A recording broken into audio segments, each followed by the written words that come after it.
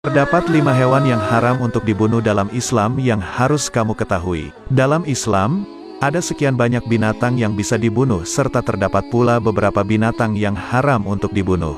Lalu, binatang apa saja yang tidak bisa dibunuh dalam Islam?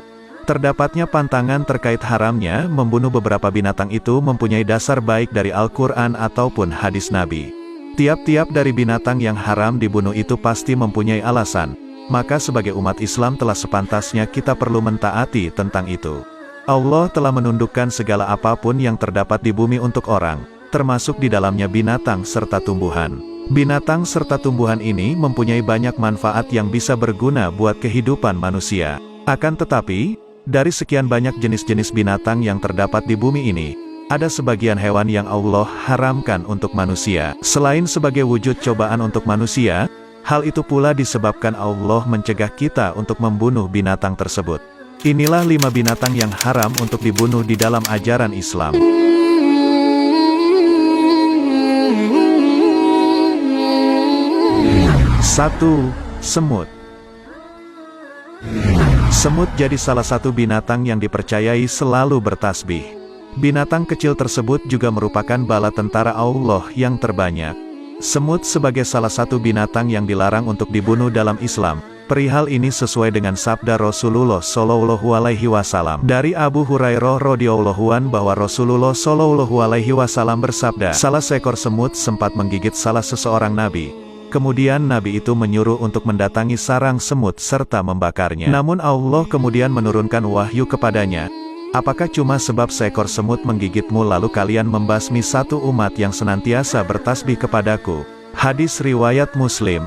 Oleh sebab itulah, membunuh semut menjadi sesuatu hal yang terlarang dalam Islam. Maka sekiranya kamu pernah melakukannya yakni membunuhnya, maka bertaubatlah kepada Allah. Dan apabila terdapat semut di sekitar rumah, lebih baik dibatasi dengan kapur barus atau sejenisnya. Mudah-mudahan semut yang mengganggu di pekarangan rumah kamu pergi dengan izin Allah daripada harus membunuh semut tersebut. 2. Laba-laba. Dalam sejarah kisah Nabi, laba-laba dipandang sebagai binatang juru selamat Rasulullah dikala ia dikejar oleh kalangan Quraisy. Diketahui jika dikala itu, Rasulullah bersembunyi dalam gua dan kalangan kafir Quraisy hampir saja menemukan beliau. Tetapi, berkah terdapatnya sarang laba-laba sehingga kaum kafir Quraisy beranggapan jika di dalam gua itu tidak mungkin terdapat orang di dalamnya. Rasulullah kala itu berada di dalam gua Sur yang ditemani sahabat sejatinya Abu Bakar. Mereka bersembunyi dari banyak orang kafir Quraisy. Orang-orang itu kemudian mendatangi mulut gua guna memastikan apakah betul Nabi Muhammad serta Abu Bakar terdapat di dalamnya. Tetapi apa yang mereka dapati kala sampai di sana, di mulut terowongan terdapat sarang laba-laba yang masih utuh sempurna serta di situ mereka pula mendapatkan 2 ekor burung merpati. Maka mereka amat percaya bahwa di dalam tidak ada orang, merujuk pada kisah tersebut. Sehingga Islam memutuskan kalau tindakan membunuh laba-laba menjadi sesuatu perihal yang tidak dimaafkan ataupun diharamkan. Maka dari itu apabila kalian pernah membunuhnya maka bertaubatlah.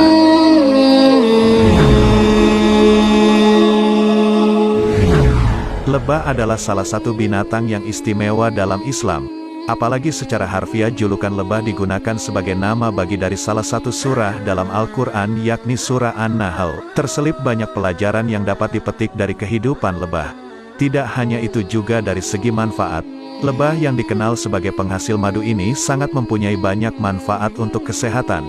Mayoritas ulama mengatakan hukum lebah selevel dengan semut dengan landasan hadis di atas, yaitu pantangan membunuhnya serta pantangan menyantapnya. Namun para ulama menerangkan jika larangan membunuh lebah sebab menghasilkan madu yang bermanfaat untuk manusia.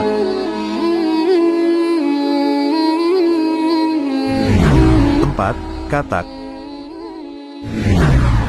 Kulit katak terkenal sebagai bahan pengganti dalam penyembuhan sebagian penyakit kulit yang sulit disembuhkan. Akan tetapi, Islam melarang pemanfaatan katak bila masih terdapat bahan yang lain yang dapat dipakai sebagai obat. Oleh sebab itu pula lah, hingga dalam hadis dipaparkan bahwa Rasulullah Shallallahu Alaihi Wasallam sempat menyatakan terkait keharaman membunuh katak sebagaimana haramnya menyantap katak. Jadi, apabila kamu pernah membunuhnya apalagi memakannya, maka segera bertaubatlah. Burung hudhud. Burung hudhud merupakan salah satu binatang yang disebutkan dalam Al-Quran. Burung belatik ini amat terkenal dalam kisah Nabi Sulaiman karena menjadi utusan yang mengantarkan pesan Nabi Sulaiman pada istri Raja Bilqis.